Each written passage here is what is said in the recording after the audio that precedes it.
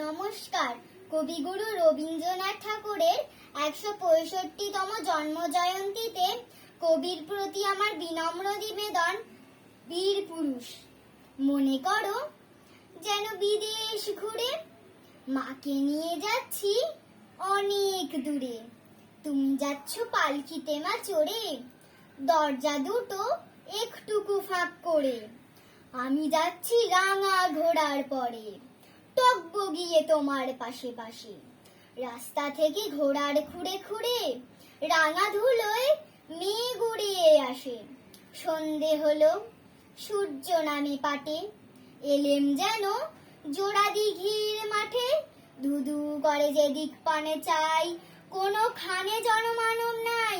তুমি যেন আপন মনে তাই ভয় পেয়েছো, ভাবছো এলেম কোথা। আমি বলছি ভয় করো না মাগো, ওই দেখা যায় মরা নদীর সোতা। চোর কাঁটাতে মাঠ রয়েছে ঢেকে, মাঝখানেতে পথ গিয়েছে বেঁকে। গরু বাছুর নেই কোনোখানে, সন্ধে হতেই গেছে গায়ের পানি। আমরা কোথায় যাচ্ছি কে তা জানে, অন্ধকারে দেখা যায় না ভালো। তুমি যেন বললে আমায় ডেকে, দিঘির ধারে ওই যে কিসের আলো। এমন সময় হাড়ে রে, ওই যে কার আসতেছে ডাকছে রে। তুমি ভয়ে পালকিতে এক কোণে, ঠাকুর দেবতা স্মরণ করছো মনে।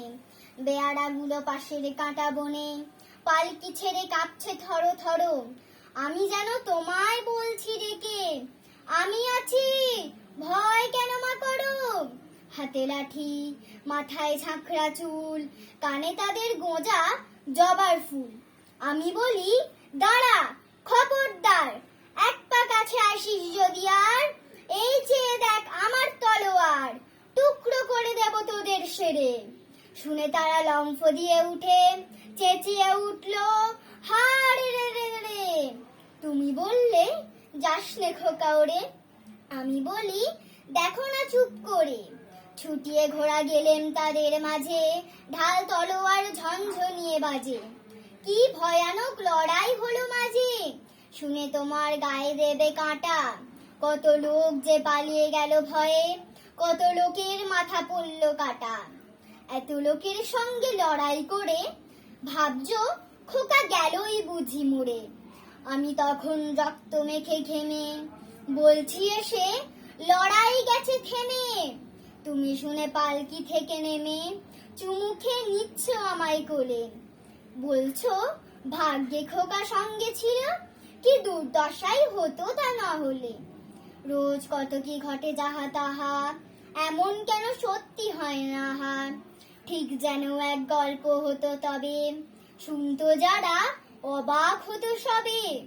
দাদা বলতো কেমন করে হবে, খোকার গায়ে এত কি জোর আছে। পাড়ার লোকে সবাই বলতো শুনে, ভাগ্যে খোকা ছিল মায়ের কাছে। নমস্কার।